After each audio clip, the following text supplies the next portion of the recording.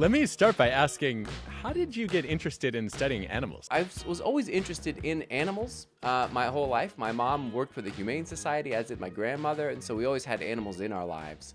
But when I went to university, I ended up studying linguistics.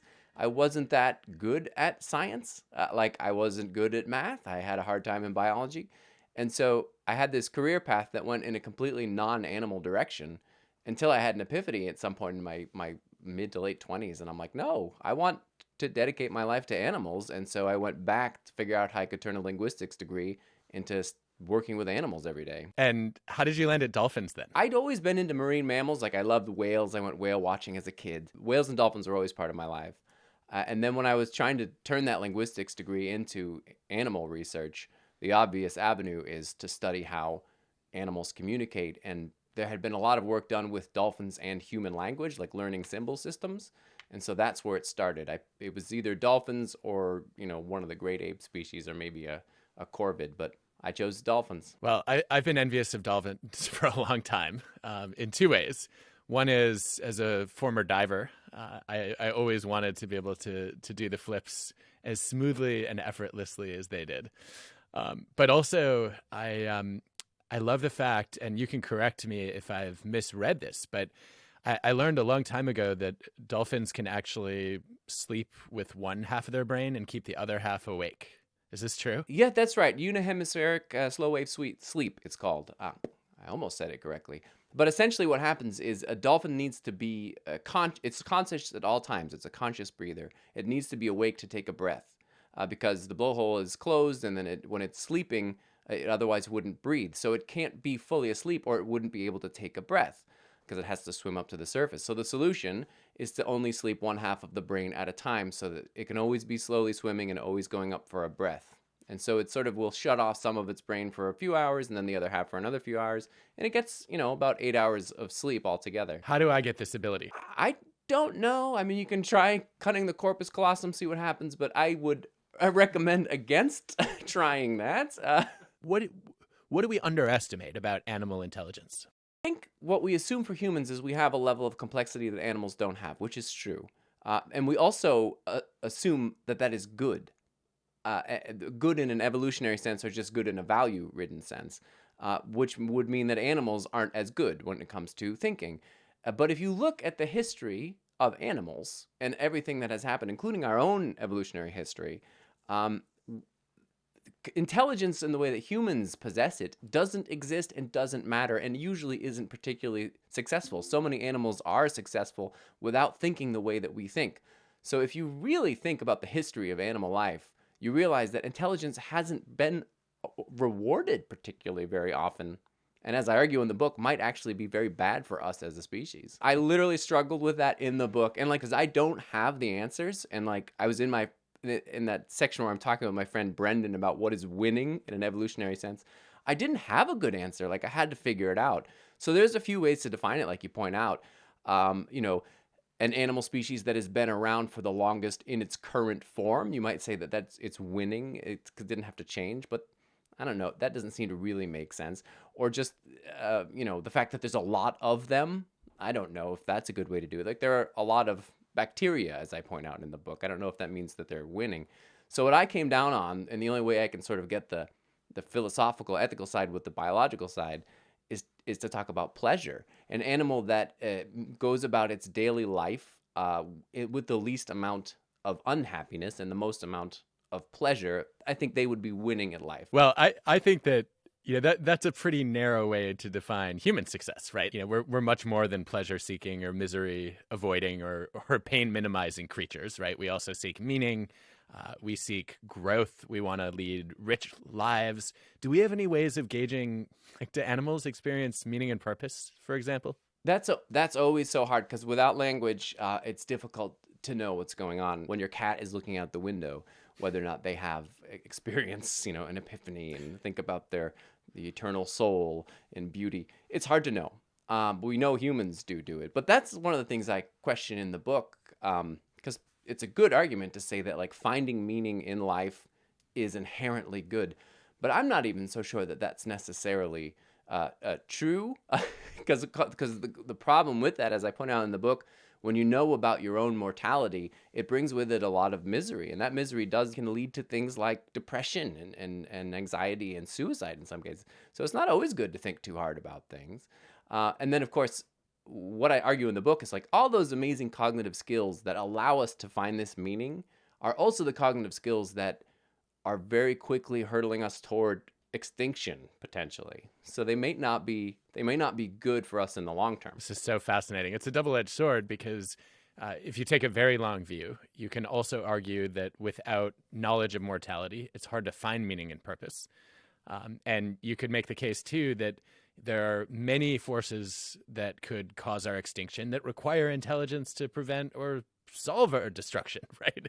And so it seems like intelligence from your point of view is a double-edged sword. It always is, because like I am a human. I'm very much enjoying my time here. This is great. I'm enjoying listening to music. So how can I then also argue that it's bad to be me because I'm having a good time? So it's difficult to make that argument. And you're right. Of course, the argument is our intelligence might have gotten us into this problem, but it also is the solution. Like we can fix our problems. And so then you sort of have to say, well, but are we going to? Because if there's one thing humans seem to be very poor at, it's uniting in a global way to fix existential threats. I don't think we're good at that. But that just comes down to, if I've had a glass of wine, I might feel a little happier about our prospects than if I haven't, or what, So there's no answer to that. After I read your book the first time, I thought, okay, like if I had to summarize your worldview, it would be that, like, for the dinosaurs, ignorance was bliss, but then it also made it impossible to escape a mass extinction. Ignorance is bliss, I guess, is sort of the take-home message of the book. And of course, eventually the sun will engulf the earth and we'll all be dead anyway. So it's all just a matter of the scale of the length of your species' existence, I guess. That is the metric for success. But dinosaurs were around for a very long time. Humans, we've only been in our current form for maybe a couple 100,000 years. So for such a dominant species, we're in danger of like snuffing out very quickly, which I think is the irony of our intelligence. Well, I have every intention of us figuring out how to outlast the sun, but that is a conversation for another day. So yes, there's a lot of people agree with that. In the meantime, how do you actually think about what animal intelligence is? Like in psychology, when we study human intelligence, we think about it as the capacity to reason and learn. Is it the same in animals, or do you have different ways of conceptualizing and measuring it? There are some things that are sort of the same between different disciplines, whether or not it's AI or animal cognition. Usually the things that, when we're talking about humans, that apply to human kinds of intelligence and psychometric tests for human intelligence don't apply to animals because they literally can't be given as a test because they're often linguistic based. So with animals, you will have similar sort of things like, are they good at problem solving, and how are they good at like using a paucity of information to create a solution to a problem? That's usually one of the forms of intelligence. But those are just sort of vague. There's no term that everyone studying animal cognition would use for intelligence, which is why you usually don't hear animal cognition scientists talking about intelligence. They usually talk about cognition, specific ways of thinking that an animal does. Got it. Okay, so let's dive into animal cognition then. One of the questions you grapple with in the book is consciousness. And I've actually started wondering about this a lot in the last couple of years. I never had pets growing up, did not interact with animals much, and now we have 2 cats. And I'm constantly wondering what's going on in there, and are they self-aware? So what does the science tell us? Well, the science is great because it's filled with scientists who fundamentally disagree on that question.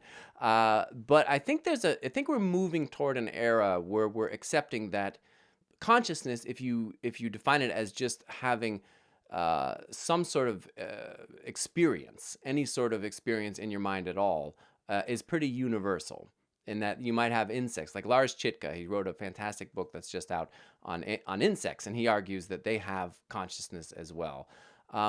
So consciousness can be something very, very boringly basic, just in the experience of the world, whatever that might mean, qualia, as a philosopher would say.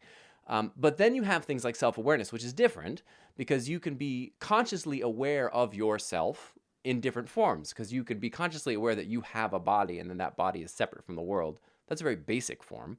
But then you have this metacognitive consciousness, which is you're aware of your own thinking and you're aware of the knowledge that you have and that you don't have. And that's a more complex form. So then the question is, which of these things do animals have and not have? Like, what does your cat have? Do they have metacognition? Do they have body self-awareness? Temporal self-awareness about themselves, projecting themselves in the future, episodic foresight, that kind of thing. And those can be empirical questions. You can get some answers on that. And it all, again, depends on the scientist's interpretation. Some people would say that, well, yes. What do you think, though, as someone who spends a lot of time synthesizing science? I would say that the consciousness itself is pretty universal, the most basic form, just awareness. Things like episodic foresight, theory of mind, I'm actually more conservative in thinking that maybe they are unique to the human species. Other people would say, no, we definitely know for sure chimpanzees have theory of mind that's the same as humans. But in general, compared to your average animal cognition scientist, I'm probably attributing more abilities to animals than less. Because if there's one thing we know through the history of animal cognition studies, is everything we were sure animals couldn't do, it turns out that they can. And that just keeps progressing every year. What are some examples? Even more basic things like counting, like the ability to understand concepts of 1 or 2 or even 0. Those seem like human style concepts that are complicated, but we know even insects, bees, as they're flying over landmarks, can count the number of landmarks they've passed to judge distance and where they are. So things like that are mind-blowing, I guess, in a sense, but actually quite common. But we wouldn't have thought that 40 years ago. That's so interesting, because I know psychologists have been studying number systems across cultures, and it turns out a lot of languages only go up to 4, and then 5+ is just a lot. Right? And so by that standard, animals are geniuses, right? It's always interesting because that is how most animals' numerical systems would be. Like, they're pretty good around 2, 3, 4, 5, and after that, it's just a lot versus not a lot, less or more. So that's weird. But that seems to be, I guess, a universal in brains. Yeah, that's such an unusual idea. So I guess then when I think about consciousness, you talk about metacognition and self-awareness. I also think about having goals as a key element of consciousness, right? I have a target for action that I want to achieve, and I can judge success or failure. And that's really different from a basic drive that you see in animals, right? Like, I wouldn't say that an animal going to eat because it's hungry has a goal, right? It just has a drive, and it wants to reduce the pain of feeling hungry. But I do feel like there's a case to be made that particularly primates have goals, and they're excited when they achieve them. They're disappointed when they fall short of them. How far does that go across animal species? To one hand, I mean, I guess you could ascribe getting food as having a goal in the sense that there's just a basic drive to want something. And the question is, to what extent is that goal present in a conscious way? Are they aware of the goal? They're thinking about it, and then they're thinking about solutions to it. That might be less common. But yes, when you're looking at you do an experiment, a problem-solving experiment where, like one of those displacement ones, like you have a piece of food in a bottle, and the only way to get that food out is to add water to the bottle so the food rises up, and you see a crow or a chimpanzee solve that problem, they must have the goal consciously in their mind of getting the food, and then goals about how to use one item to interact with another item so they can use tools. Like, they must be representing these concepts, these goal-based concepts in their minds. There's no other explanation, because if you've already ruled out trial and error through the experiment, it has to be goal-directed behavior. I can't even fathom what pigeons are able to do, right? I think first it was being able to navigate from across the Atlantic, right? Or some being able to find directions to a place that is extraordinarily far without a map. I think that's incredible. And then I just read the other day that pigeons can be trained to recognize cancer in X-rays at something like 99% accuracy rate. But I don't think of a pigeon as smart. So tell me, like, how do you explain what pigeons can do? Correct me on what pigeons can actually do, and what does that mean about intelligence? You can train a pigeon just through learned associations to recognize the difference because they have great visual acuity between cancerous and non-cancerous tissue. And they will be better than a trained radiologist one-on-one, head-to-head. Wow. But that has nothing to do with complex cognition in one way, because what it shows you is the absolute power and beauty of learned associations, which is how most animals learn things and deal with the world. So the pigeon isn't representing a goal of spotting cancerous tissue in its mind. Not at all. It's not thinking very hard about what it's doing at all. It's just making very basic learned associations through its sensory system, which is, better than humans in this domain. And producing a behavior which is very helpful and functional, but it isn't intelligent in that sense because it's not like we're talking about goal directed. So it shows the power of basic learning and learned associations in the animal kingdom, which is why the animal kingdom doesn't need all that extra intelligence because it's so powerful with basic learning. So in that sense, then, a pigeon's learning is actually much less like a human than it is, say, computer vision. Yeah, I guess that in that sense, yes, a pigeon is almost more like an AI system that they're training than a human. Yeah, I was just thinking, like, when I think about machine learning, right? The machine doesn't know cancer versus non-cancer either, right? It just knows how to spot the visual differences between the two. That's a great example, which is why we now use AIs to do so many things that it's better than humans. It's very specific what we're tasking them to do, but machine learning can accomplish things faster and more effectively. Like if you had to design a chess champion, it's going to be a machine, not a human, because they're better at that than humans. No human can ever beat a machine in chess. It's over. They've won. Which shows you that kind of learning, non-human thinking, non-human learning, is itself very powerful. That's why we're very careful then about saying, this is a specific form of artificial intelligence. It's not general intelligence. Yeah, that's the difference. And there's such a great debate as to whether or not general intelligence is even something we could create or design. I'm a little pessimistic, frankly, about that.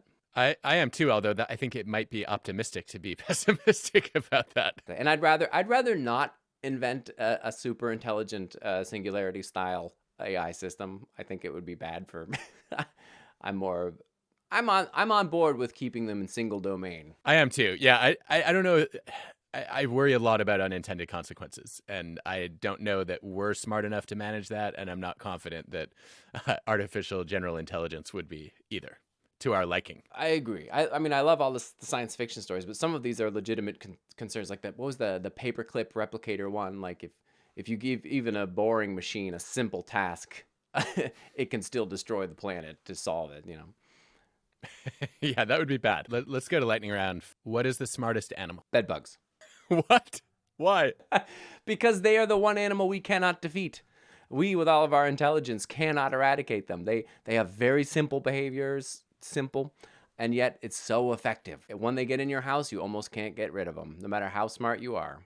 Wow. Okay, I have to do a follow-up, which is if you were going to take the stricter definition of intelligence that you offered around problem solving, what animal species do you think is the smartest problem solver? Humans, I would say number one, followed by corvids, maybe crows and ravens. More so than dolphins or chimps? Well, chimps are pretty good too.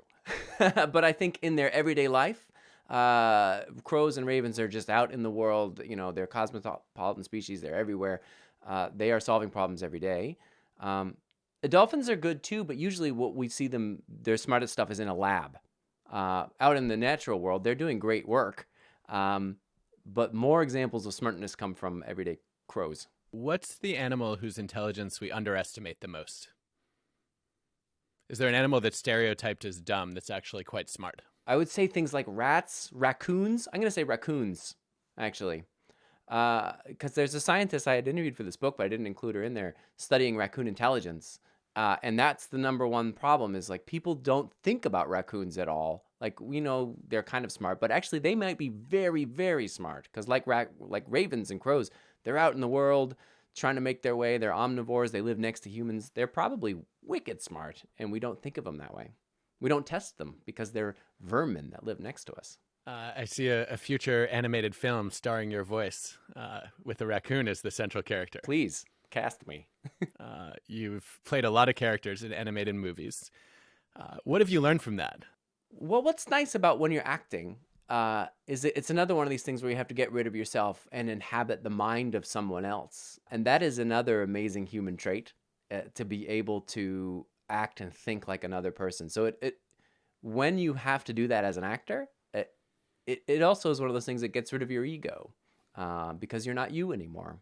And so I think it's helpful. Acting is helpful in that sense. There's this question that people love to ask around the interface of human and animal cognition, which is, what is it that makes us uniquely human? And I have seen so many hypotheses thrown out, and then potentially falsified, from language to anticipating the future, to creativity, to culture, to the ability to tell stories and make up fiction. What is the one attribute that you think makes us most uniquely human? Our interest in the thoughts of others. I would say that's it. Huh. Because that leads to all the rest. Fascinating. Yeah, like my cat interacts with me every day, but probably doesn't care what I think or believe. It can get everything it needs just by watching my behavior and predicting what's next. But humans don't do that. I want to know what you think. I want to, because that helps me interact with you. That's where everything else springs from in our culture, in our intelligence. You're reminding me of a Judd Apatow stand-up bit that I saw that cracked me up not long ago. He said something like, can you imagine going to the 1970s and telling people, I'm going to take a bunch of Polaroids of myself and then mail them out to my friends because I want to gather their opinions on them. We're the only species that does that. Yeah. Right? It's weird, but it is at the root of our kind of social cognition, which leads to our social intelligence. One of the biggest challenges to my thinking in your book, maybe the biggest, was, I think you make the case that asking why is overrated. Why? Why do you believe this? Well, it is, of course, the basis of science. But we're talking about before with pigeons, like learned associations are so powerful, and that's the sort of competing way of thinking. And why is great. It leads to our technology and our science, but it also it leads to all the things that are dangerous, like the threat of nuclear war. That's us solving the problems in physics and chemistry. It's that double-edged sword thing. Like every time we do something good with a why question, we also do something potentially terrible. So as much, it's so stupid for me to argue this, but because I love science, but I'm like, oh, it'd be great if we didn't do it, which seems absurd, obviously, but it is dangerous. This speaks to something that's always bothered me, that I think sometimes science would be better off if we focused on asking how questions than why questions. And sometimes humans would be better off too, right? When I think about the research on the illusion of explanatory depth, for example, the idea that people are overconfident in their understanding of things. And one of the ways that you can break through that overconfidence is not to ask them why they believe what they believe, because then they just double down on their convictions, but to ask them, well, how do you know? Or how does that work? And all of a sudden they see the gaps in their knowledge in some cases. I wonder if why questions are sometimes counterproductive. That's a brilliant juxtaposition. A how versus a why question is great, because I think so many of the things that we convince ourselves are true, which are dangerously wrong, are because we've asked why, but we don't question how we arrived at the why. Because a lot of engineering or medicine, that's all a how question. It's mechanistic almost. There are certain kinds of why questions that are just unanswerable with science. Mm-hmm. Like, I remember studying chemistry in high school and asking, well, why is water made of H2O? Well, it just is. Yeah, but why is there water? Why is there anything as opposed to nothing? Why is there life? Why do we have to die? Those sorts of why questions are fundamental to the human condition and philosophy, obviously. Yeah, it seems like if you push any why question far enough, they become sort of existential. Yes, that's right. And answers to existential questions are rarely comforting. When Brian Little talks in his research about personal projects, he calls them, both magnificent obsessions and also trivial pursuits. And we all have projects that are, goals we want to achieve, and, actions that we want to take. And when I ask how questions, it's really easy to help people make plans. So you move from a goal to an intention to a habit. You can build that into your day. But it's really difficult to find motivation by asking how questions. So what's a personal project of yours for 2023 or a goal that you're working toward? I'm trying to win an award for recording an album. Oh, cool. Okay, why? Because it will prove that I'm not terrible at music. Uh-oh. Now we're getting into psychology. We are. Okay, so why does it matter to you to prove that you're not terrible at music? Because I've always felt inadequate as a musician. And why do you care?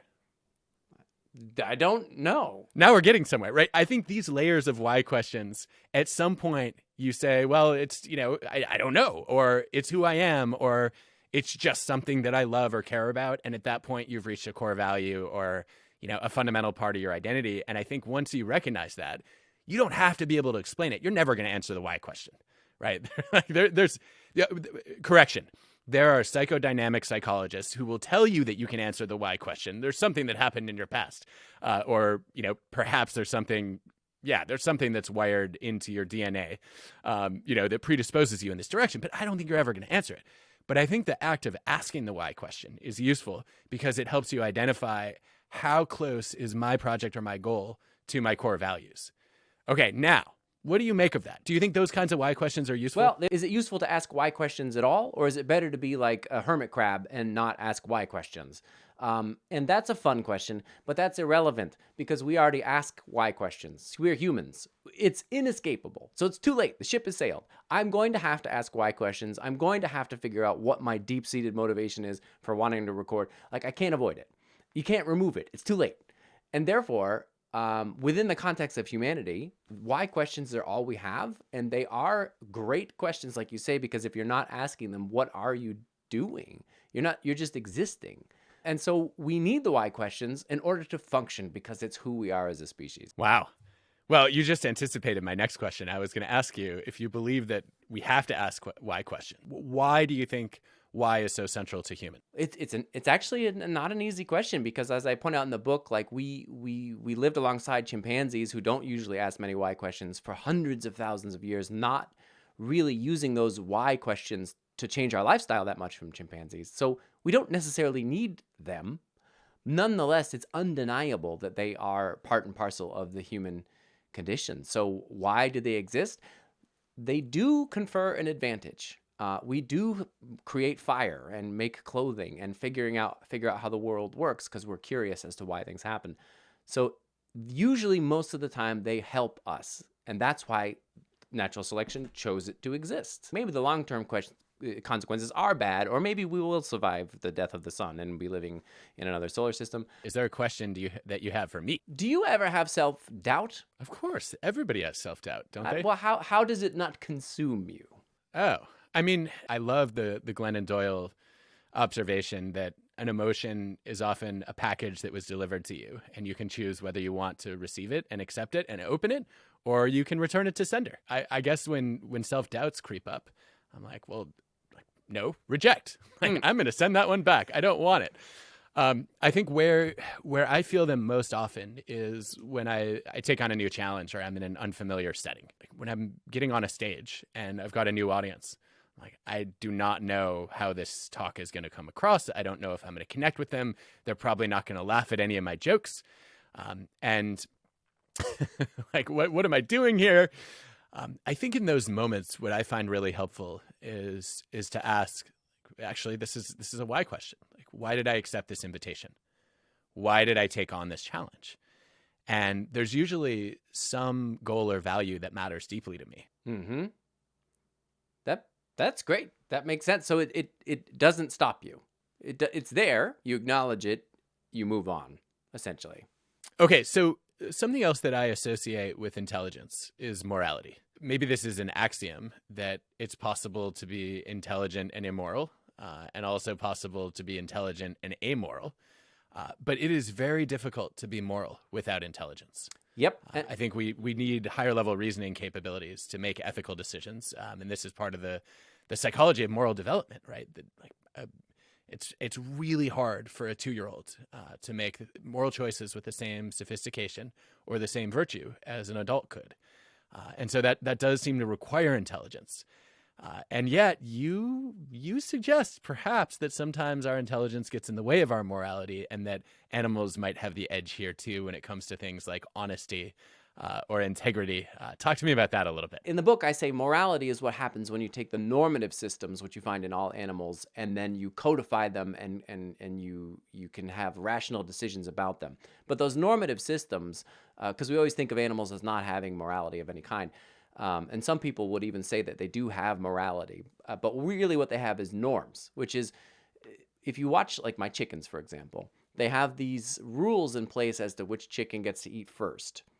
So these are the hierarchy, and that comes out of a normative system. So these emotions that are telling them what is the right thing or the wrong thing to do in that moment. And they're just emotion driven. That's how their normative systems are created. They're not thinking. There's no like chicken hierarchy on the wall of the coop that they're checking off who is number 1 and who is number 5. But humans do exactly that. We can codify things. We can write them down. We can think about them. We can rationalize ourselves into why this is right and this is wrong. And that is unique to our species, which is neat because it produces laws and society and religions, which is nice when those things work. But when those things don't work, that's, as I point out in the book, we can rationalize and moralize ourselves into a position to justify things like genocide. Most of the terrible genocides committed in our past are based on people who thought that they were morally correct or justified in doing what they're doing. And so in that sense, human morality can be gross compared to chicken normativity. I mean, there's a fundamental question that you got me thinking about, which is, are there things we can learn from animals about making morality less difficult? You touch on in some of your writing, which is, if you are very convinced that you are right, and you're steadfast about it, and you don't allow your ability to change your mind, to think differently about your moral reasoning, then you are probably on a path to potential danger and destruction. And I think that's the problem with morality, is we don't allow things and evidence to change our ideas about our own beliefs. And that is usually destructive. But I think recognizing that problem would allow us to be less destructive and more like animals whose normative systems are generally not as destructive. So is part of what's going on there then that animals don't have the same level of identity or ego, and therefore there's no desire to be right? That's an interesting question. Desire to be right. Yes, I would think the desire to be right would require some level of self-awareness about understanding what your beliefs are, comparing them to the beliefs of others, which requires theory of mind, and then deciding yours are superior. And I don't think that they have that. So that's probably benefiting them. And also because they can't talk about their moral systems and write them down, they don't scale as well.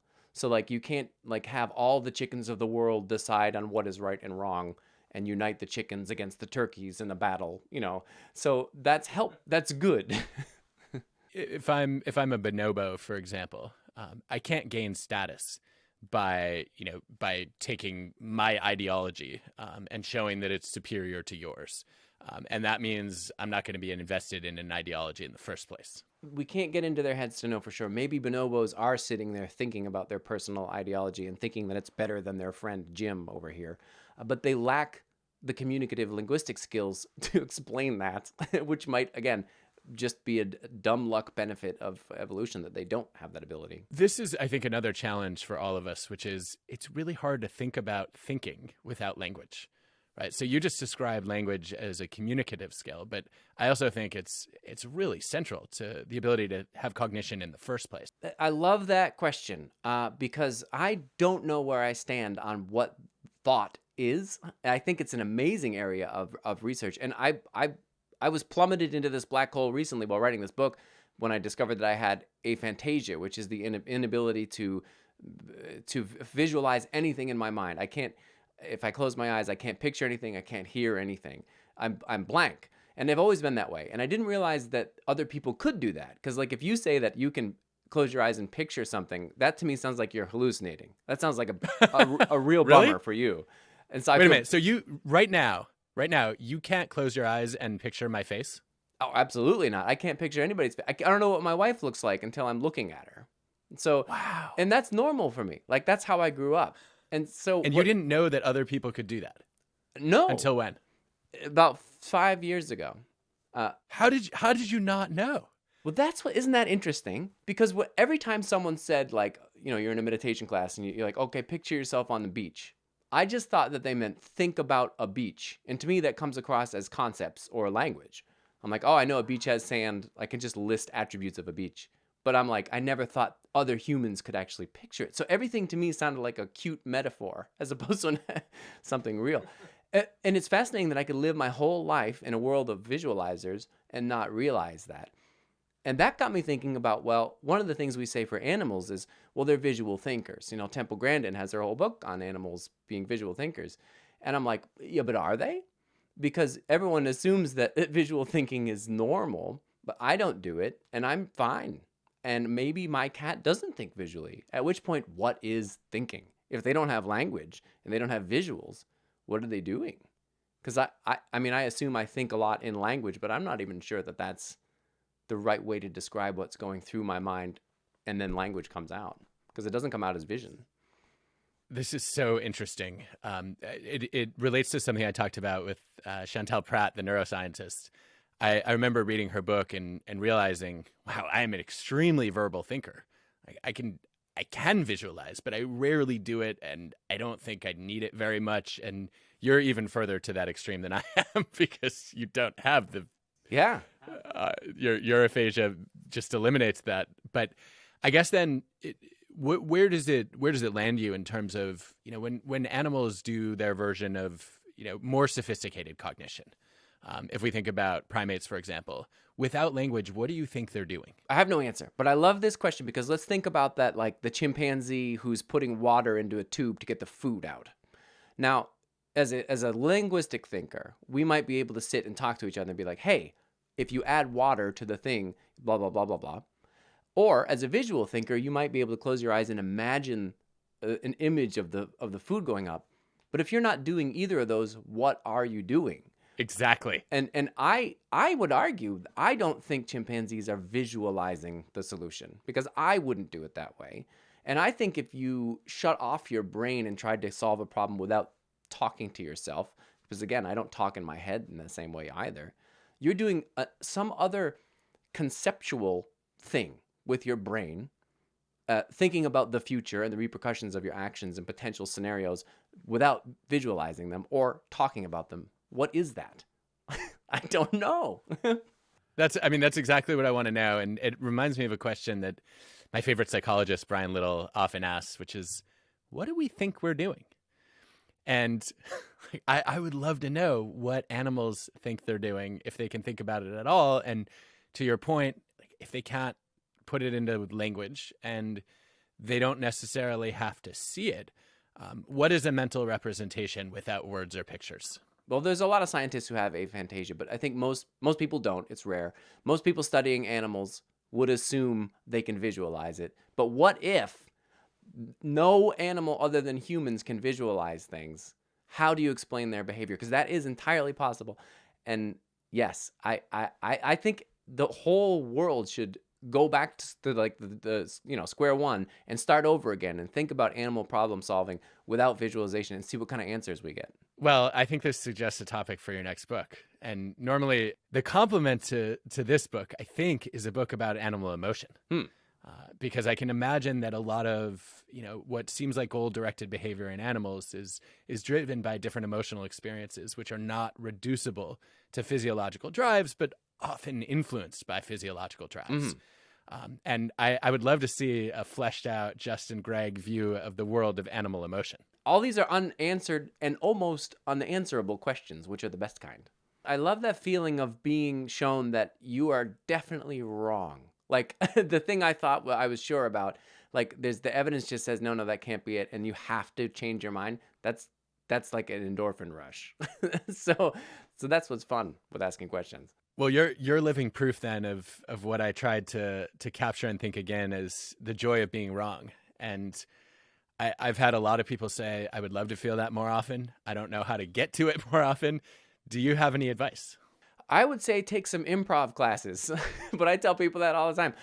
When I started doing that like 8, 9 years ago, you put yourself out there and you have to blank your mind and you make a decision and you try something and it's not good and it's not funny, and then you try something else and you just learn all this humility. You learn to be to make a fool of yourself and have it be okay, to be wrong and have it be okay, and to be fearless. That's useful in any domain, in science or just in your relationships. So yeah, just saying yes, trying something new, expecting to fail, and it's okay to be wrong because you don't have an ego in the picture. Given all that you've learned about animal intelligence and human stupidity, what's the biggest thing that you've rethought? I think a lot of what I write about is convincing myself to think differently about my relationship to animals, because I've always respected them. And now what I'm doing is explaining why I'm respecting them and going deeper as to how I should respect them more and convince others to respect them more. It's easy to empathize with especially certain species of animals, right? But respecting them is a completely different level of care. It's true, and I think probably it comes from the science of what is the contents of animal minds in terms of consciousness. Whereas before I might have dismissed insects as different categorically to mammals when it comes to their level of suffering or whatever, and now I don't, because the science has shifted that slightly. So I would, in a way, I'm treating the insects in my life not much different to how I treat my cat or my daughter.